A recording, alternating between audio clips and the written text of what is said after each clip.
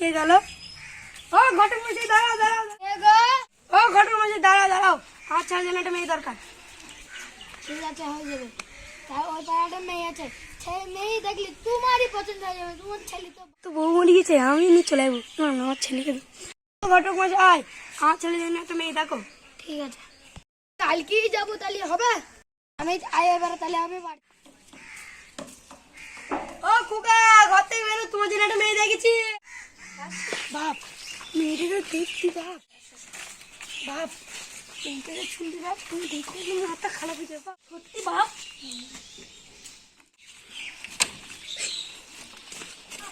চলো বাপ, চলো বাপ, চলে এসেছি।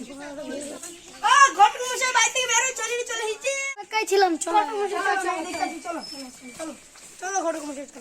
এই, বাড়ি আছো নাকি? হ্যাঁ, কে গো? এ দেখো আমি ঘরটা।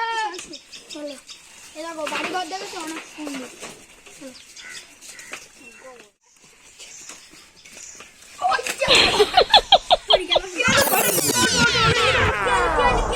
এই বাড়িতে মানুষ মরে যাবে তো, বাড়ি কিন্তু একটু ভালো করে ইট মিট পেড়িবে। হ্যাঁ ঠিক আছে, ঘর খালি দিতে হবে, ইট মিট পাইতে হবে, পয়সা করে টাকা নেই।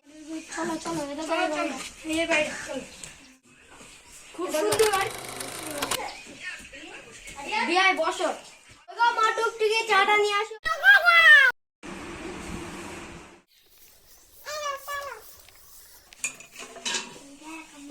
দাও চা দাও, দেখি না একটু খেয়ে দেখি। তুমি ঘরে যাও।